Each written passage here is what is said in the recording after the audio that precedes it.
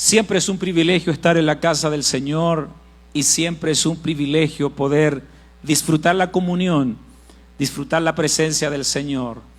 El Señor Jesús dijo en uno de los evangelios: venid a mí todos los que estáis cansados y trabajados, y os haré descansar.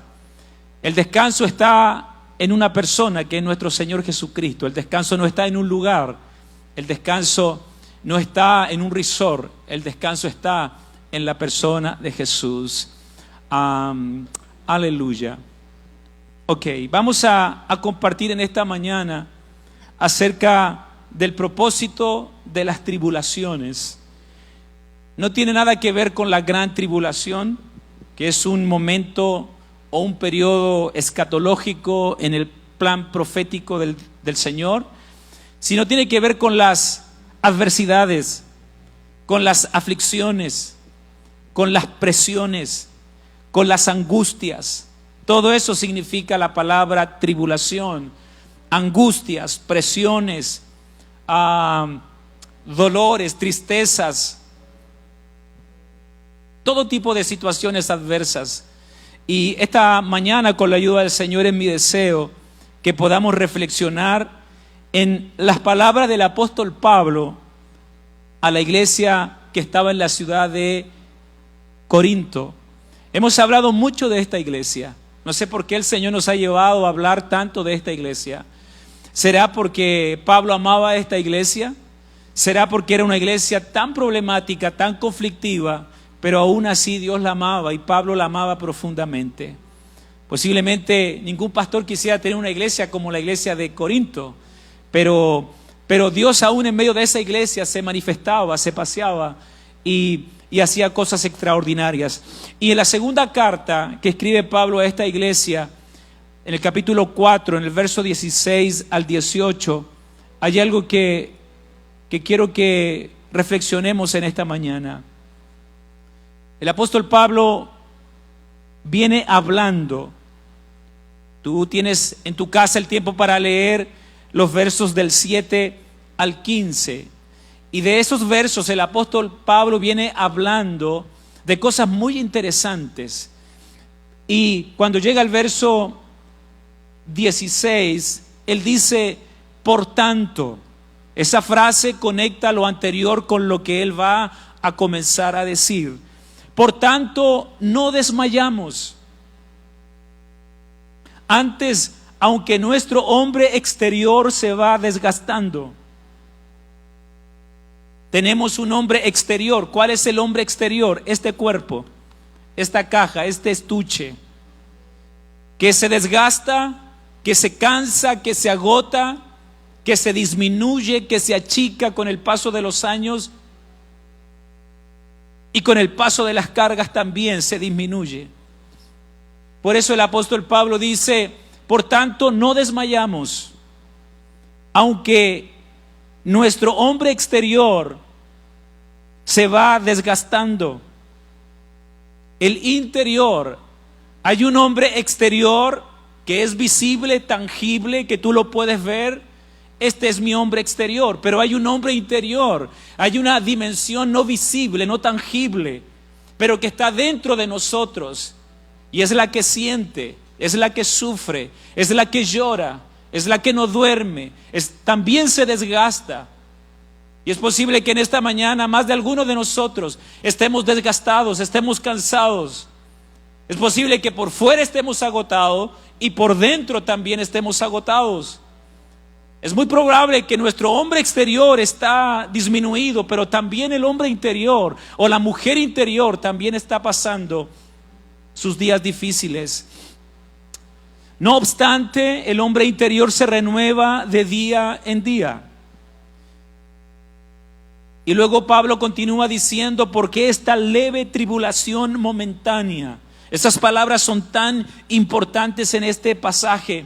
Porque esta leve tribulación momentánea produce un cada vez más excelente y eterno peso de gloria, no mirando nosotros las cosas que se ven, sino las que no se ven. Pues las que se ven son temporales, pero las que no se ven son eternas. Qué poderoso pasaje nos da el apóstol Pablo. Y le tomo mucha atención a este pasaje, porque quien escribe no es cualquier persona, porque quien escribe no es cualquier hombre, porque quien escribe no es un charlatán del evangelio, no es alguien salido de un seminario teológico. El hombre que escribe tiene un masterado en aflicciones. El hombre que escribe tiene un máster en tribulaciones. Solamente basta con leer la segunda carta de Corintios en el capítulo 11, del 23 al 28, donde Pablo relata sus sufrimientos como apóstol, donde él dice: he estado por 5 veces, me han dado 40 azotes menos 1. 3 noches he estado en naufragios, he sido perseguido, he pasado hambre, he estado en tiempos de desnudez, de abundancia, de escasez, de persecución, en desiertos, en cárceles. O sea, Pablo relata su experiencia de vida. Por lo tanto, es tan importante lo que el apóstol Pablo está diciendo. Y él dice, de alguna manera, que el camino de la fe no es un camino fácil. En los versos del 7 al 15 de este capítulo 4 de Segunda de Corintios, el apóstol Pablo comienza a hablar de lo que significa vivir por fe. No es fácil vivir por fe. Servir a Cristo nunca ha sido fácil. Seguir el camino, seguir la ruta del servicio a Dios nunca ha sido fácil. Nunca fue fácil, nunca será fácil, pero es la mejor opción que nosotros tenemos como hijos de Dios. Cualquier persona que piensa que ser un seguidor de Cristo le espera un camino de rosas, de bienestar, de realización personal, no ha entendido lo que es el Evangelio. El Evangelio, por su naturaleza, por su mensaje contracultural, es una vida de aflicciones, de tribulaciones, de angustias. Pero me gusta el verso 7 que dice el apóstol Pablo: pero tenemos este tesoro en vasos de barro. El hombre exterior es este vaso de barro, y hay un tesoro dentro de nosotros que es el poder del Evangelio. Y ese poder del Evangelio nos permite vivir, nos permite sobrevivir, nos permite soportar, nos permite vivir en victoria, aún en medio de las grandes tribulaciones de nuestra vida. ¿Cuántos dicen amén a esto? ¿Cuántos están prendidos en esta mañana? Entonces, la vida cristiana nunca será fácil, nunca fue y nunca lo va a ser. Y en estos tiempos que son tan difíciles, pareciera que se pone más complicado servir al Señor. Entonces, el apóstol Pablo viene hablando del 7 al 15 de lo que significa vivir por fe. Y algunas veces pensamos que vivir por fe es algo fácil, que vivir por fe significa no tener problemas, no tener dificultades, no tener aflicciones, no tener situaciones difíciles. Pero si tú lees el pasaje en casa, te vas a dar cuenta que en esta ruta de fe, como dice el apóstol Pablo, vamos a tener tribulaciones, vamos a tener persecuciones, vamos a estar en peligros de muerte y vamos a tener y experimentar padecimientos. Esas 4 cosas están ahí en los versos del 7 al 15. Y si tú lees tu Biblia y la tienes a mano, el título de ese párrafo es Viviendo por la Fe. Entonces, vivir por la fe significa que algunas veces vamos a tener tribulaciones, presiones de todos lados. Significa que algunas veces vamos a ser perseguidos, o vamos a ser rechazados por nuestros amigos, o vamos a ser olvidados por los más cercanos. Vivir por la fe significa que algunas veces podemos experimentar peligros de muerte. Hoy en día, en este mismo minuto, hay muchos cristianos que están muriendo por la causa de Cristo, porque ellos han decidido no negar a Jesús y perder su vida. Pero qué bueno es perder esta vida para lograr la vida eterna. Amén. ¿Cuántos dicen amén? Y también padecimientos. padecimientos. Todos vivimos, o todos vamos a vivir en algún momento de nuestra vida, momentos de tribulaciones. No es algo extraño a nuestra vida espiritual. El apóstol Pedro en el capítulo 4, versos 12 al 13, dice: amados, no os sorprendáis del fuego de prueba que os ha sobrevenido, como si alguna cosa extraña os aconteciese, sino gozaos. Diga conmigo, gozaos. Sino gozaos por cuanto sois participantes de los padecimientos de Cristo, para que también en la revelación de su gloria os gocéis con gran alegría. Lo simple de este pasaje, Cándido, es que si Cristo padeció, pues ¿qué nos espera a nosotros? También padecer. Pero aún en medio de las tribulaciones o en las tribulaciones, el apóstol Pedro dice que no debemos extrañarnos porque es parte de la vida cristiana, pero nos dice la manera como enfrentar las tribulaciones con gozo. Con gozo. Dile al que está a tu lado, con gozo. Dar una sonrisa, Colgate, con gozo. Escuchaba a Anita que tuvo problemas con los aires, que tuvo problemas con la lavadora, la fregadora, no, la lavadora, ¿verdad? La lavadora, la fregadora. Y ahí el Señor estuvo proveyendo. Entonces tú puedes enfrentar con una fiesta de lágrimas las tribulaciones, o puedes enfrentarlas con gozo. El apóstol Pablo dice en Romanos, si es que no me equivoco, capítulo 5, verso 3 y 4, dice que debemos estar gozosos en la tribulación. No en medio, sino en las tribulaciones. Es decir, que cuando venga, gózate. Cuando venga, alégrate. Cuando venga, haz una fiesta de gozo. Fíjate que el tiempo que duremos en la tribulación depende de cómo reaccionamos a ella. Cómo reaccionamos, qué actitud. Ya vamos a ir a ese punto. Entonces, es parte de la vida cristiana. Y una vida sin tribulaciones es una vida sin crecimiento. Una vida sin tribulaciones es una vida sin crecimiento. No significa que debemos buscarlas, simplemente llegan y debemos enfrentarlas con la mejor actitud. Hay ciertas tribulaciones en nuestra vida que vienen por nuestros errores, por nuestras malas decisiones, como le pasó a Samsón. Samsón fue capturado por los enemigos porque él fue desobediente. Entonces la angustia que vivió Samsón en los últimos años de vida fue producto de su desobediencia. La aflicción que vivió Jonás estando en el vientre del pez, en un resort 5 estrellas, un poquito húmedo, un poquito oscuro. ¿No es así, Gilberto? Pero Jonás llegó al pez por su desobediencia. Y la tribulación que él experimentó fue producto de su desobediencia. Pero hay otras que Dios permite, hay otras situaciones que Dios permite. Pero si no hay tribulaciones en nuestra vida, si no hay esos momentos difíciles en nuestra vida, si no experimentamos esas situaciones de dificultad en nuestra vida, posiblemente no tengamos crecimiento, posiblemente no maduremos en nuestra vida espiritual. Ya dije que las tribulaciones nos afligen y nos desgastan. Y el pasaje que hemos leído dice: porque esta leve tribulación momentánea produce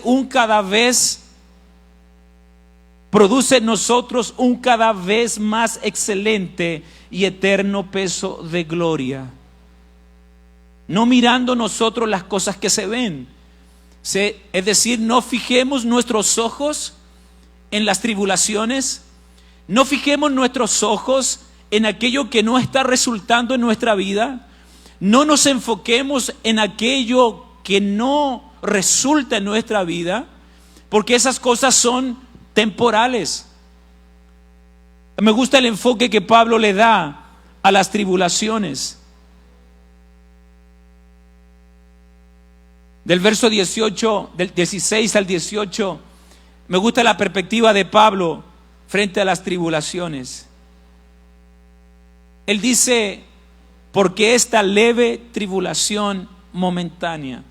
3 palabras sumamente importantes en el texto. Esta leve.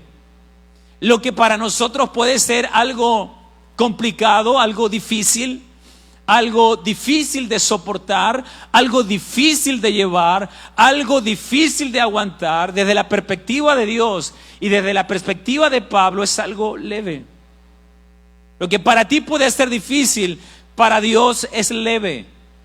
Es más, Dios ya tiene la solución, Dios ya tiene la respuesta, Dios ya tiene el control de aquella situación que produce en ti angustia. Esta leve tribulación momentánea, es decir, el apóstol Pablo dice que ninguna de las tribulaciones que nosotros vivimos son eternas, son momentáneas, tienen una fecha de vencimiento. Después de cada noche hay un lindo día, después de cada invierno oscuro hay una primavera que viene, después de cada situación adversa hay un canto de victoria, porque para los hijos de Dios todas las cosas ayudan a bien, no salen bien, y la mayoría de las veces las cosas no nos salen bien, pero nos ayudan a bien. Y Dios está metido en esas situaciones. Entonces el apóstol Pablo dice, esta leve tribulación momentánea. Y Pablo, como les dije ahí en 2 de Corintios 11, del 24 al 29, tenía una maestría en tribulaciones. Si hay alguien que tiene el derecho de quejarse por su vida, es el apóstol Pablo. Si hay alguien que tiene a lo mejor el derecho de renunciar a la fe, es Pablo. Pero él se mantuvo firme en las tribulaciones. Y creo que en estos días tan difíciles, tan caóticos que vive el mundo, esta palabra bien vale la pena considerarla. El apóstol Santiago en el capítulo 1, verso 3 dice, hermanos míos, tened por sumo gozo, o sea, estén llenos y rebosando de gozo, hermanos míos, tened por sumo gozo cuando os halléis en diversas pruebas, dificultades. Alguien dirá, ¿y este Santiago qué se imagina? ¿Acaso Santiago no sabe lo que yo estoy viviendo? ¿Acaso Santiago no sabe lo que yo estoy pasando en mi familia? ¿Acaso Santiago no sabe lo que yo estoy viviendo en estos precisos momentos? Y él me dice que debo gozarme. Es que mira, después de todo, y para hacer simple este mensaje, la manera como enfrentamos, la manera como hablamos, lo que sale de nuestra boca, la actitud que tenemos frente a la aflicción, o a la prueba o la tribulación, dice mucho de quién tú eres. Dice mucho de quién eres tú. Decimos los chilenos y los puertorriqueños dicen de quién tú eres. Ellos colocan el pronombre primero. ¿De quién tú eres, chico?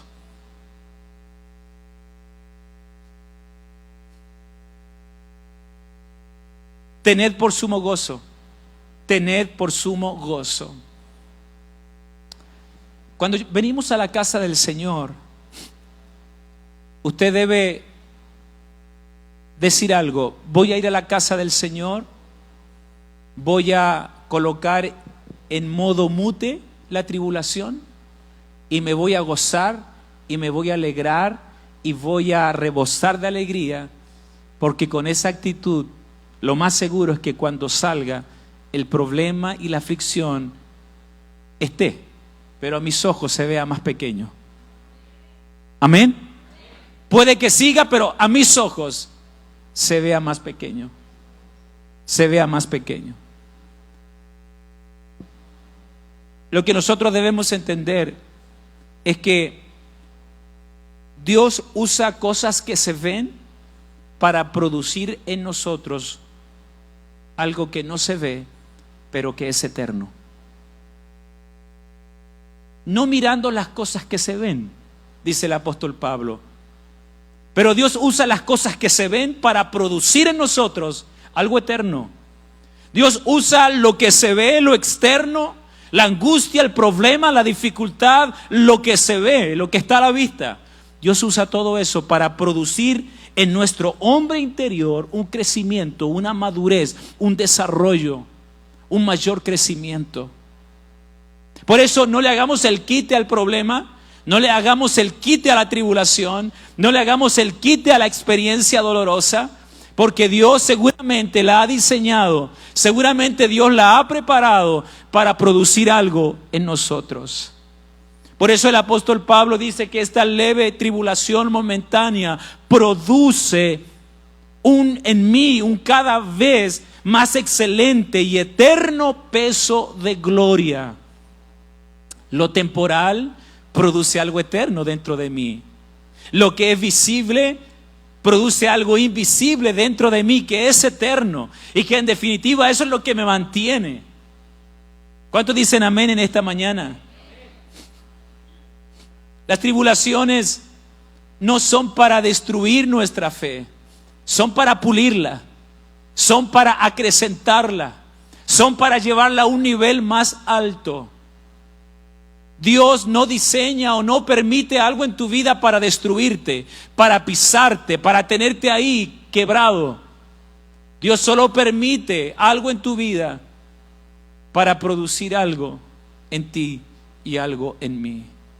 Estoy seguro, estoy 100% seguro que cuando tú y yo pasemos la prueba, pasemos la aflicción que estamos viviendo, estoy 100% seguro que cuando salgamos de las situaciones que ahorita mismo estamos viviendo, no vamos a ser las mismas personas. Seguramente nuestra fe va a ser más crecida, seguramente nuestra fe va a ser más madura, seguramente vamos a estar más sólidos, porque la tribulación tiene un fruto. ¿Cuál es el fruto? El crecimiento. ¿Cuál es el fruto? Una fe madura. ¿Cuál es el fruto? Una fe sólida. ¿Cuántas personas en muchas partes del mundo tienen una fe de arena? Una fe que se derrumba, una fe que se cae, una fe que cualquier situación ya no quieren seguir en la ruta de la vida, de lo espiritual. Y eso habla de una fe muy frágil, eso habla de una fe muy pequeña. Y tú dirás, es que esto es muy duro para seguir, pero debes entender que lo que Dios permite o lo que Dios diseña para ti y para mí tiene un propósito. La tribulación no solo tiene un fruto, también tiene un propósito. El fruto es una fe madura, pero el propósito es crecimiento y parecernos a Cristo. Tú sabes que en el río, ¿cuántos fueron niños? A ver. Bueno, nosotros íbamos al río y buscábamos las piedritas, las más redonditas, las lisitas. Nos colocábamos en la orilla del río Anthony y las tirábamos y hacíamos lo que llamamos patitos, ¿verdad? Y así varias ondas. Pero nos dábamos cuenta que las piedras más lisas, más redonditas, eran las que con el tiempo habían soportado el paso del agua, el choque de las piedras, por eso eran tan bonitas y tan lisas. La hermosura de tu vida espiritual está en dejar que Dios, por medio de las aflicciones y de las pruebas, embellezca tu vida. ¿Sí? Y nos haga mejor. Y nos haga mejor. Mejores cristianos, mejores discípulos, mejores seguidores. Porque nunca te olvides que el propósito final de las tribulaciones es que tú y yo nos parezcamos a Cristo. Hebreos capítulo 10 dice que Jesucristo, por lo que padeció, mira, Aún Jesucristo padeció, y por lo que Él padeció, aprendió ¿a qué? A ser obediente. El Hijo de Dios, el Dios hecho hombre, tuvo que aprender a ser obediente. ¿Será que nosotros también tenemos que aprender a ser obedientes? ¿Sí? ¿Cuántos reconocen que aún nos falta mucha obediencia?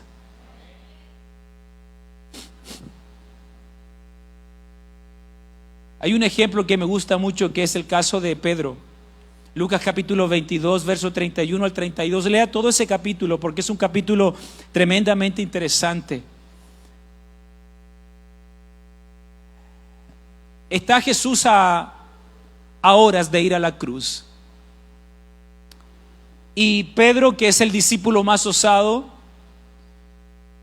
el Señor Jesús le dice a Pedro: Pedro, Satanás ha venido y te ha pedido para zarandearte. La palabra zarandear significa mover fuertemente, significa agitar. Es lo que hace un campesino cuando toma el trigo y lo cierne y lo mueve y lo agita fuertemente para separar el trigo de las impurezas.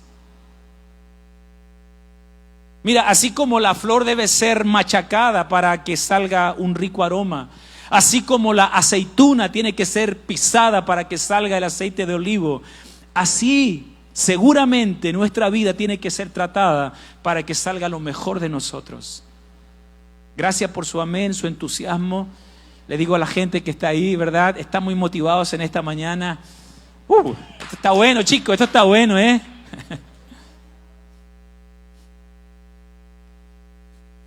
Váyase con esta palabra, iglesia. Que al salir de aquí usted se vaya con algo. Nunca venga solo a cumplir, venga a buscar, venga a dar. Nunca venga solo a ver qué pasa hoy, a ver quién está hoy, quién no está hoy, a ver cómo va esto. Venga siempre con deseo de pescar algo que Dios tiene para que edifique su vida. Amén. Ese es el propósito, esa es la razón para venir a la casa del Señor. Entonces,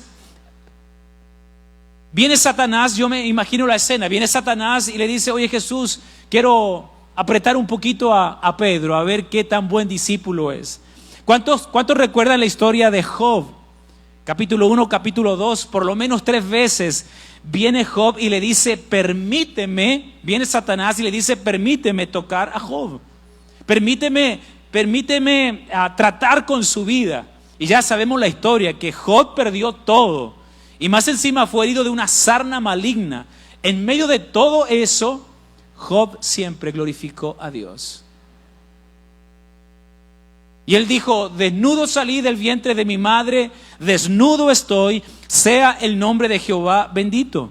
Pero en el capítulo 42 del libro de Job, el último capítulo, que creo que es el verso 5, Job dice: de oídas te había oído, mas ahora mis ojos te ven. Es decir, Job dice: a través de estas pruebas, a través de estas calamidades, yo he llegado a conocerte de otra manera, con otra dimensión más profunda.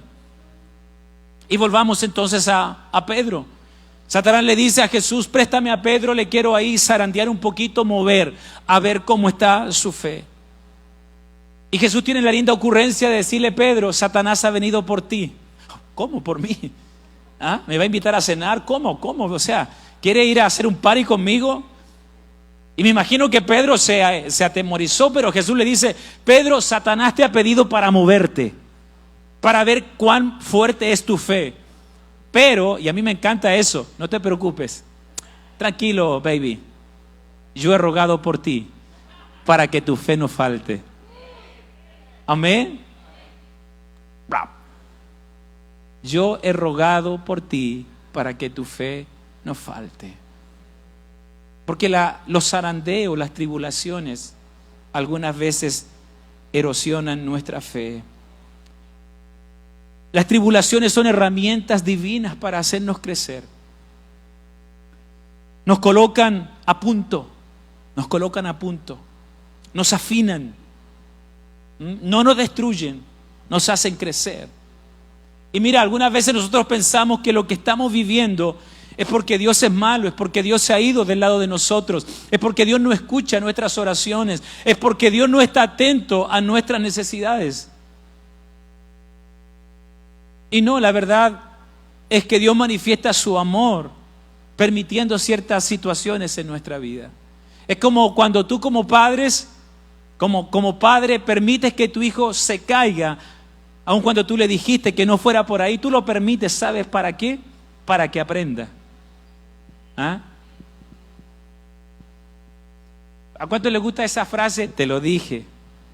¿Ah? ¿Cuánto le dicen al esposo? Te lo dije. Te lo dije. ¿Ah? Y algunas veces Dios nos mira del cielo y dice, te lo dije. Ese no es el camino, esa no es la forma, esa no es la manera. Te lo dije.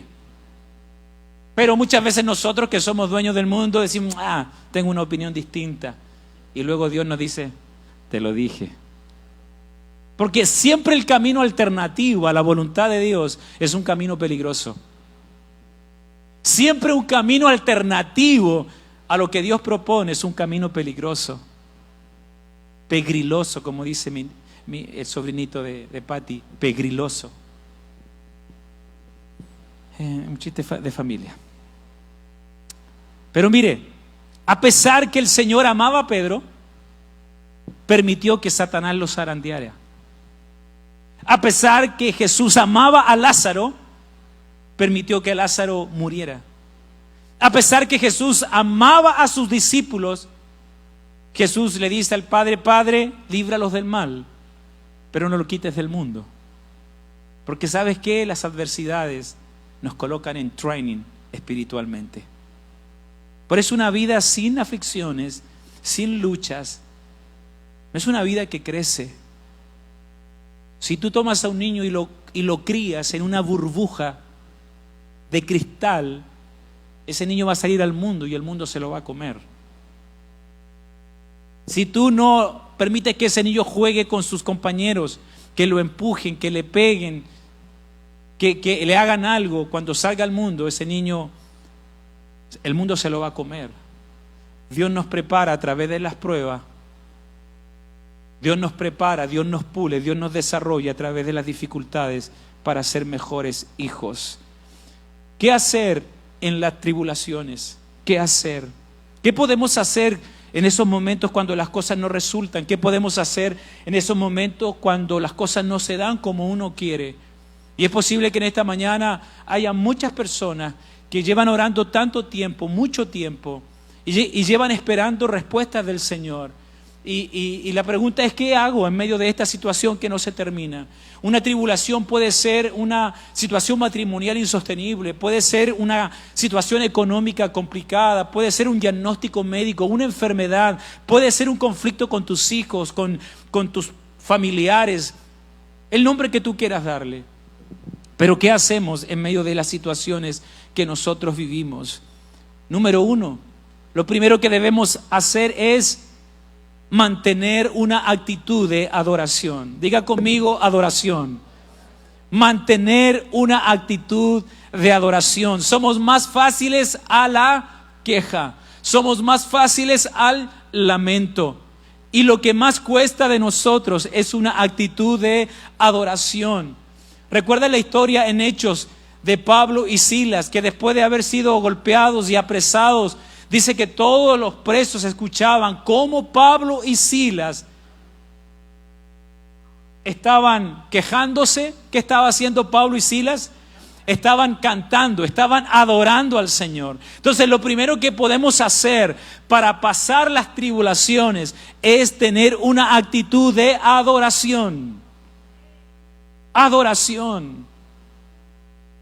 Mientras estaba sentado, y esto lo voy a decir con mucho respeto, la mayoría de nosotros venimos de un mundo católico, ¿verdad? ¿Cuántos vienen de un mundo católico?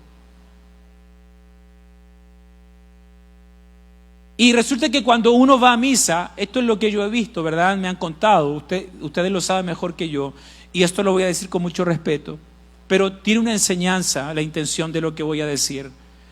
Cuando nosotros vamos o íbamos a misa o íbamos a esos lugares de culto de la religión católica, uno llegaba y se sentaba. ¿Hasta ahí voy bien? Ok. Quietito, no se para porque casi no hay baños, ¿verdad? Todo tranquilo, todo, ni una mosca. Eso creo que es bueno, que podemos rescatar. Todo bien tranquilo. Y el sacerdote daba la misa. El sacerdote daba la homilía. Generalmente en latín, en tiempos antiguos. Queridos hermanos. Bueno, y hacía el canto gregoriano, ¿verdad? Queridos hermanos, Dios les bendiga, México perdió. No, bueno. Bueno, y ahí estaba la misa, ¿verdad? Y ahí estaba la misa. Pero nadie hablaba. Nadie hablaba, nadie decía nada. Si alguien quería decir, aleluya, eso no se dice ahí, ¿verdad? Pero si alguien decía, oh, vi a Cristo, nadie podía hacerlo. Solo podían hacerlo cuando la frase lo indicaba o cuando el sacerdote lo indicaba. Quizás ahora yo puedo entender por qué cuando estamos en la casa del Señor nos puede costar tanto abrir nuestra boca para adorar al Señor. Se me vino mientras estaba sentado. Señor, ¿por qué no escucho a tu iglesia adorar? Levantar voces, levantar manos, gritos de júbilo. Ya no está la música, ok, pero hay un corazón que desborda de gozo, de alegría. Posiblemente, eso nos marcó mucho. Y esperamos que alguien nos diga gritos de júbilo, aplauso, aplauso. Grito de cuando tiene que ser espontáneo. ¿Sí o no? Pero dígame si estoy equivocado. Cuando tú estás súper enamorado, ¿qué haces? Contempla, mi niñito, mi princesa, mi cuchicuchi, qué linda, qué bella, esos cachetitos, esa orejita, qué lindo, esa guatita, qué bonito. Expresamos, ¿verdad? Pues aquí venimos al Rey de Reyes. Aquí venimos al Señor de Señores. Dígame. O sea, venimos a eso. Venimos a disfrutar a Cristo, a disfrutar su presencia, a encontrarnos con Él. Y si hemos venido con cargas, pues nos rendimos, nos tiramos al suelo para salir distintos y diferentes. Amén. Hermano, yo te animo, no traigas la carga y no te vayas con la carga. Trae la carga, déjala aquí y sal libre. Y sal en victoria, con un cántico de triunfo. Amén. Y ese milagro sale de tu boca, lo produce tu boca. Muchas veces abrimos nuestra boca para la queja, pero la cerramos para la adoración. Y Dios busca, ¿qué busca Dios? Adoradores, que le adoren en espíritu y en verdad, de manera consciente, con un entendimiento, que le adoren, no que le admiren. ¿Hay alguna palabra en la Escritura que dice que Dios desea ser admirado? Sí, la hay. Reconocido, honrado, pero lo que se marca permanentemente es que todo lo que respira alabe el nombre del Señor. Amén. Todo lo que respira, todo. Las plantas adoran, los árboles adoran, los ríos adoran en su movimiento, las estrellas adoran, todo lo que respira alabe al Señor.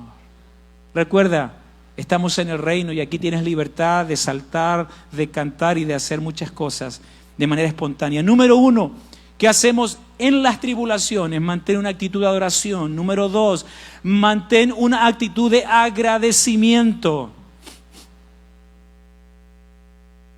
El agradecimiento es la llave que hace que el cielo se vuelva a nuestro favor. No la queja, sino el agradecimiento. ¿Cuántos recuerdan el párrafo de Filipenses capítulo 4, versos 11 y 12, donde Pablo dice, he aprendido a estar contento. He aprendido a dar gracias, ya sea que tenga mucho o que tenga poco, ya sea que tenga abundancia o tenga escasez, en la enfermedad o en la salud, he aprendido a estar contento. He aprendido a estar agradecido. Hermanos, creo que hemos hablado de esto en algún momento. Qué importante es vivir una vida de agradecimiento. Y yo sé que son cosas que nos cuestan, son luchas que nosotros tenemos, pero qué difícil es vivir una vida de agradecimiento. Número 3, llena tu vida de la palabra de Dios. Llena tu vida de la palabra de Dios. Ella te fortalecerá en los momentos difíciles. Nos afirma, nos consuela y nos da esperanza. Yo he llegado a una conclusión. Mira, ¿cuántos creen que la Biblia es la palabra de Dios? ¿Cuántos están seguros que este libro fue inspirado por Dios? ¿Cuántos realmente están convencidos que aquí hay un antídoto para nuestra vida? El leer la palabra, yo siempre digo esto, mi Biblia me conoce muy bien a mí porque cada vez que la leo tiene algo nuevo que decirme. Cada vez que yo leo la palabra, si estoy pasando momentos difíciles, si estoy en situaciones adversas, pero cada vez que yo leo la palabra, ella tiene un antídoto para mi vida. Ella tiene una inyección de ánimo para mi vida. Entonces yo puedo sacar conclusión. ¿Qué pasa con tantas personas que el cántico es el desánimo? Desanimado en la mañana, desanimado al mediodía, desanimado en la noche. Desanimado el lunes, desanimado el martes, y el sábado la misma historia y el domingo lo mismo. ¿Será que no estamos alimentándonos? ¿Será que no estamos yendo a la fuente? ¿Será que no estamos bebiendo de esta palabra inspirada, eterna, sobrenatural, soplada por Dios que alimenta nuestro espíritu? ¿Será eso? Conversalo con Dios, ¿será eso? Pero si hay algo que nos mantiene, hay algo que nos consuela en medio de las tribulaciones, si hay algo que nos mantiene sólido en medio de la adversidad, es la palabra. Por eso David decía, oh, cuánto amo yo tu ley, día y noche, ella es mi meditación. Amar la palabra. Número 4, busca la compañía y la ayuda de los demás. Jesús en Getsemaní estaba a algunas horas de la crucifixión. Era un momento difícil para Jesús. Y Jesús se va al monte de Getsemaní, al jardín de Getsemaní, y llama a Pedro, Juan y Jacobo, y se separa de los otros discípulos, Mateo capítulo 26, y Jesús les abre el corazón. Y Jesús le dice, mi alma está muy triste hasta de fallecer. Mi alma está triste. ¿Qué hace Jesús? Él no esconde su problema. ¿Qué hace Jesús? Él no reprime su emoción. Muchas veces tenemos temor de abrir nuestro corazón, temor de contar nuestra necesidad, temor de contar aún nuestras fallas. Pero quiero decirte algo, iglesia, por si no lo sabía, nadie de nosotros tiene libertad de tirar una piedra, porque todos nosotros muchas veces fallamos. Y todos nosotros necesitamos más que un dedo acusador, un abrazo. Necesitamos un oído, necesitamos un corazón que nos entienda y que nos escuche. ¿Qué hace Jesús en los momentos de las pruebas? Él busca a sus amigos, a los más íntimos, Pedro, Juan y Jacobo, y les abre el corazón. Ora con ellos, les cuenta lo que está pasando y le dice, muchachos, la neta, estoy preocupado. Muchachos, la neta, esto nunca me había tocado, pero... Y luego, Padre, por favor, pasa de mí esta copa y no se haga lo que yo quiero, sino tu voluntad. ¿Es fácil hacer la voluntad de Dios? No. Si Jesús mismo oró, si Jesús mismo se rodeó de sus amigos en un momento de debilidad, ¿es fácil? No. Pero cuando tú confías, cuando tú esperas, cuando tú depositas en el Señor tu confianza, todo es posible. Ponte de pie, por favor. Estas 4 cosas tú puedes hacer. Mantén tu actitud de adoración, mantente agradecido, mantente en la palabra y mantente en compañía de los demás. Cuenta tus situaciones, Confía en los demás. Los demás también pueden ser usados por Dios para ayudarte, darte una palabra.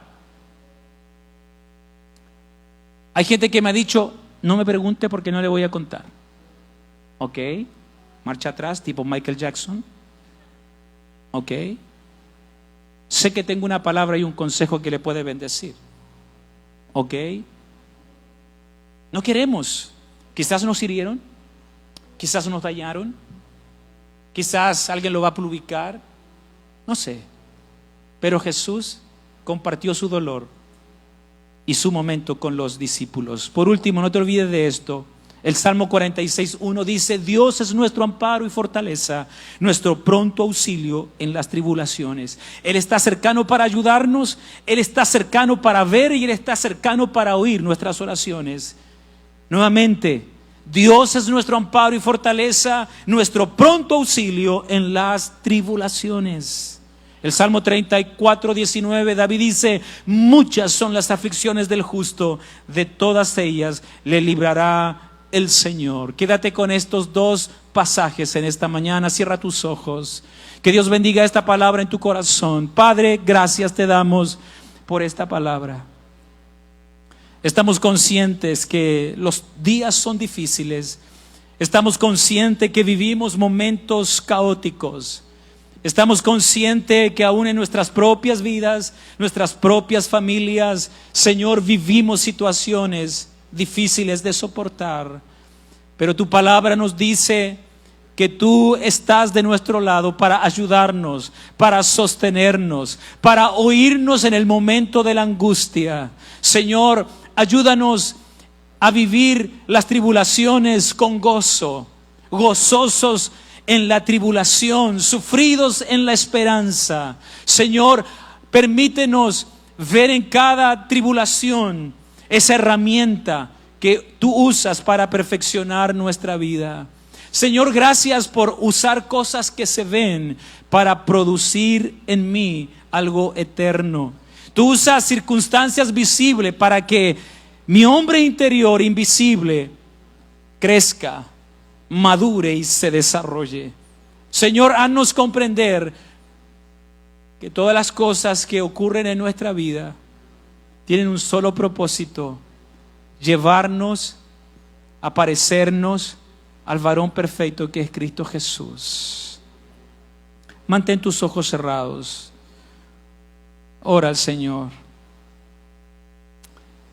Ora al Señor.